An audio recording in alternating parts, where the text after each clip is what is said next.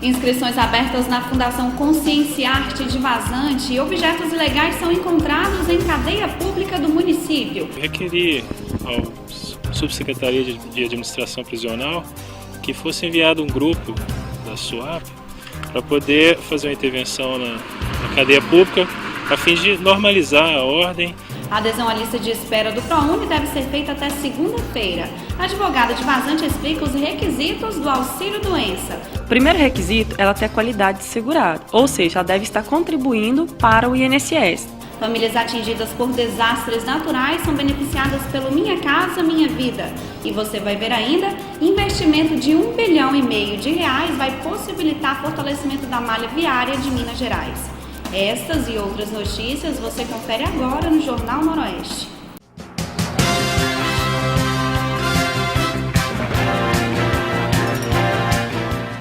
Estão abertas as inscrições para os cursos de artesanato, cabeleireiro, canto, corte e costura, dança e atividades artísticas, esporte cidadão e violão na Fundação Conscienciarte. A Fundação, em parceria com a Prefeitura Municipal e a Votorantim Metais, comunica que os interessados deverão comparecer à sede da Fundação na Rua Quintino Vargas até o dia 2 de agosto. É necessário apresentar xerox dos documentos pessoais e comprovante de endereço.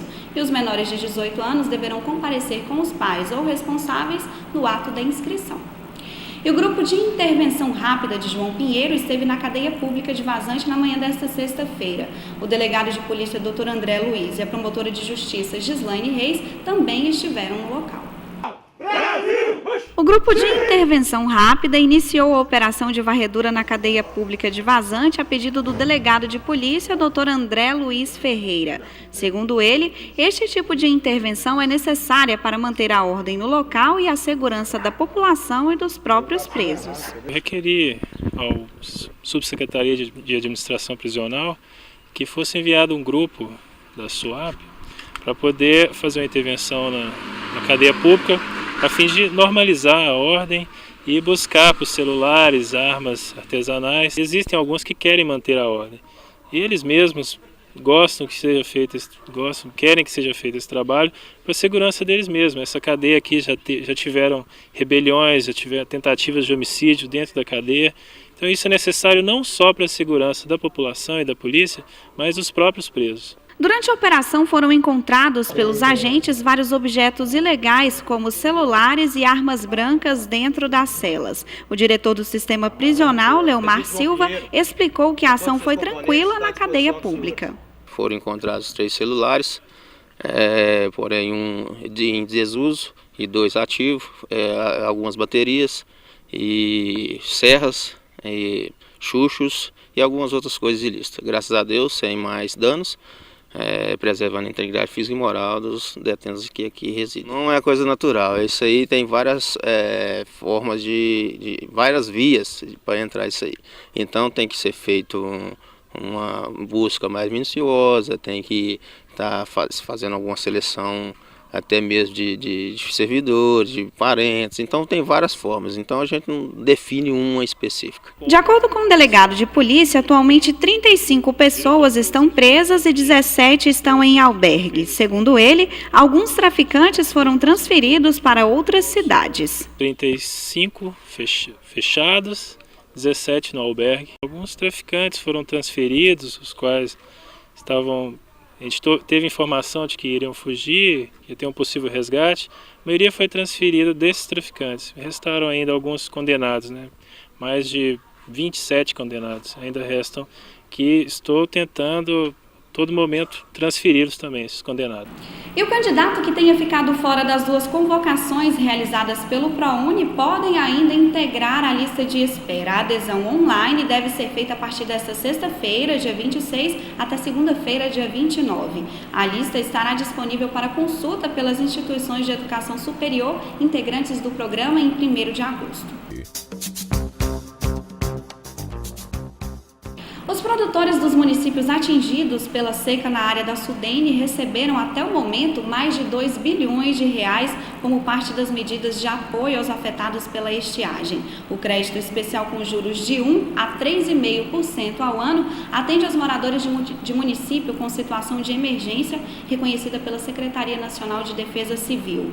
O total de municípios atendidos até o momento é de 1.395, sendo que 1.274 deles localizados nos 9 estados nordestinos e os demais em Minas Gerais e no Espírito Santo.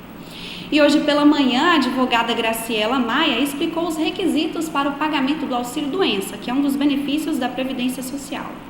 Graciela, entre os benefícios da Previdência Social está o auxílio e é pago assim, em 4 situações, que é o doença, o auxílio reclusão, acidente e o salário família. Hoje nós vamos falar sobre o auxílio-doença. O que é esse auxílio? O auxílio-doença, ele é um benefício da Previdência Social concedido à pessoa que preencheu os requisitos, né? E um deles, como todas as pessoas já sabem, é quando a pessoa apresenta uma doença que incapacita para o trabalho.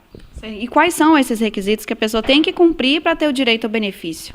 O primeiro requisito, ela ter a qualidade de segurado, ou seja, ela deve estar contribuindo para o INSS, né? Com exceção do trabalhador rural, que a contribuição dele não é direta, é sobre a produção, a comercialização da produção dele. Então, basta ele comprovar a atividade rural. E tem uma carência, que é 12 meses, né? Então tem que comprovar 12 meses de contribuição, ou então 12 meses de atividade rural, se for o segurado especial.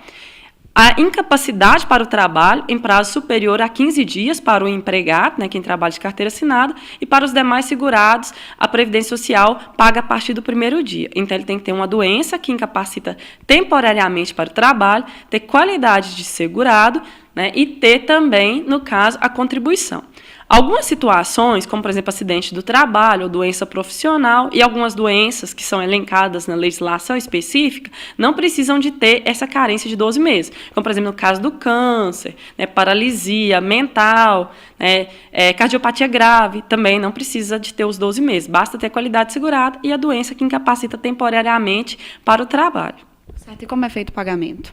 O pagamento, como eu já adiantei, é feito pela Previdência Social, né? Ela determina em cada caso qual o dia que a pessoa vai receber, né? Para o empregado, é pago desde o primeiro dia do afastamento do trabalho, se requerido dentro de 30, para o empregado, é pago desde o 16º dia de afastamento do trabalho, os 15 dias são pagos pelo empregador, e para os demais segurados é pago desde o primeiro dia do afastamento, se requerido dentro do prazo de 30 dias. Certo. E quando esse benefício deixa de ser pago? Quando a pessoa recupera a capacidade para o trabalho, né? Então, a pessoa sarou a doença, às vezes nem a doença, mas a incapacidade para o trabalho, então, se ela está doente, mas ela consegue trabalhar, vai ser cessado o benefício. Para isso, ela vai ser submetida à perícia, à carga da Previdência Social, né, para ver se ela ainda está em condições ou não de trabalhar. E se ela retomar o trabalho, né, voluntariamente, também é cessado o benefício. Então, é um benefício que é concedido e que ela não pode estar trabalhando enquanto está em gozo do benefício. Certo, Graciela. O auxílio-doença ele pode ser convertido em aposentadoria por invalidez? Sim. Se a incapacidade ela começa temporária, mas posteriormente ela se torna definitiva, ele pode ser convertido em aposentadoria por invalidez. Mas a aposentadoria por invalidez ela pode ser concedida antes da pessoa receber o auxílio-doença, se constatar em perícia médica desde o início que a incapacidade é definitiva.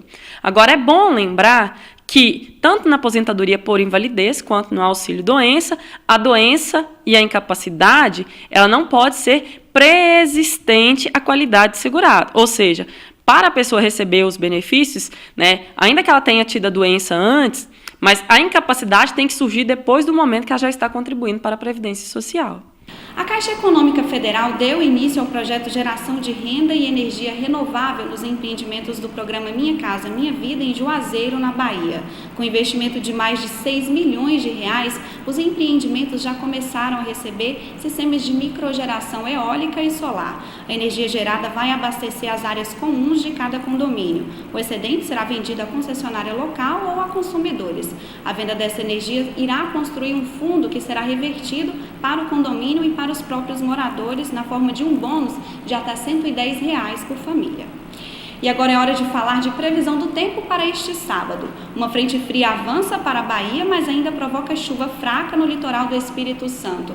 Nas demais áreas capixabas, no leste de Minas Gerais, no Rio de Janeiro e no leste de São Paulo, a umidade que vem do mar forma muitas nuvens, mas não chove. A temperatura entra em elevação. Confira como fica a temperatura em Vazante e cidades vizinhas.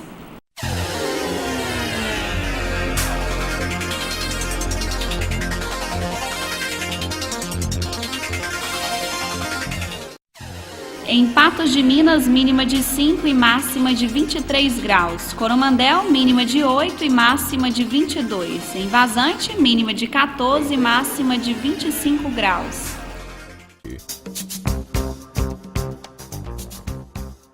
Famílias que ficarem desabrigadas após serem atingidas por desastres naturais poderão adquirir casas pelo programa Minha Casa Minha Vida. A decisão foi publicada na Portaria Interministerial 1/2013 pelos Ministérios das Cidades e da Integração Nacional nesta quinta-feira.